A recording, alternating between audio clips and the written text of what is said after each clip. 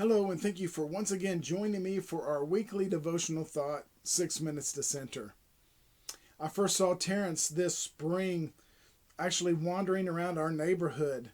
It seemed a little bit unusual for him to be wandering around our neighborhood because he just didn't seem to fit in.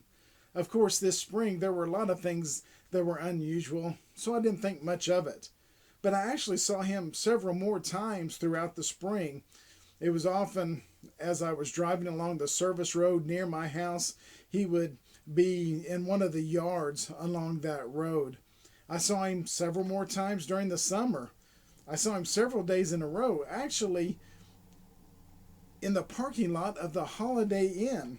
And then I saw him a little bit further down the road. The last time I saw Terrance, he was actually walking right in the middle of that service road. He slowly got out of the way, and I went around him, went about my business, and Terrance went about his business. Terrance is a little bit hard to miss because his appearance is a little bit unusual. He has a very long neck.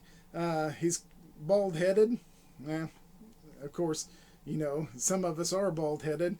But he also has this walk. It's almost like a strut. Now, I can say that I think Terrance is probably going to make himself a little more scarce as we go into this fall season, probably because he doesn't want people to get any wrong ideas. And that's because Terrance is this Tom Turkey that's been wandering around my neighborhood for several months now. One thing that you can say about Terrance is that he doesn't change who he is based on his environment. He stands out because he's living in a world that really doesn't expect him in it. I think we all need to be a little bit like Terrance. No matter our environment, we need to stand out. In our case, we need to stand out as followers of Christ. My teens operate in this world where everyone wants them to conform to an image that actually accepts anything.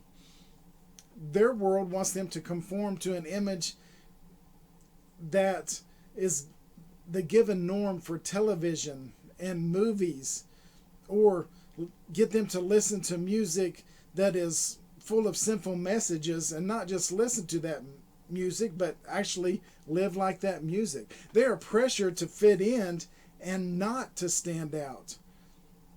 It often doesn't get any better as adults, does it? Some of you work in businesses that might be pretty cutthroat.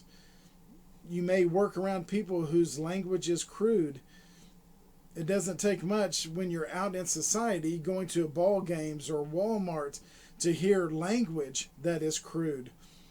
And we live in a world that, I hate to say it, but in many cases they're just out for themselves. But look at Romans chapter 12, verses 1 and 2. Therefore I urge you, brothers and sisters, in view of God's mercy, to offer your bodies as a living sacrifice, holy and pleasing to God. This is your true and proper worship. Do not be conformed to the pattern of this world, but be transformed by the renewing of your mind. Then you will be able to test and approve what God's will is, his good, pleasing, and perfect will. The spiritual application of this verse, and really the spiritual application of Terrance, that turkey, is it's okay to stand out as Christians. Even more so, as we look at that verse, we are called to stand out. We may live in a world that often turns its back on God, but we don't have to be a part of that world, do we? Our actions don't have to conform to that world. We are called to be something more and live in a kingdom that is far greater. Doing that may actually get us some strange looks. However, if we are standing out because of our actions, our kindness, our positive language, our attitudes, and our love, we're going to be living a life that is fulfilling. It is a life that is hopeful and one that will make a difference, that will benefit positively the world around us. Living by Christ's example, we won't have to be plagued by guilt. We don't have to be embarrassed when a lie has been exposed. We may not be considered necessarily cool, but we will be respected because of our actions. 1 Peter chapter 2 verses 11 and 12 encourages to, dear friends, I urge you as foreigners and exiles to abstain from sinful desires which wage war against your soul. Live such good lives among pagans that though they accuse you of doing wrong, they may see your good deeds and glorify God on the day that he visits us. When we look at that verse, we understand that it's okay to be set apart for God.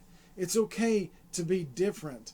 It's okay even when people may give us those strange looks, as long as our actions are causing them to respect and glorify God in our lives.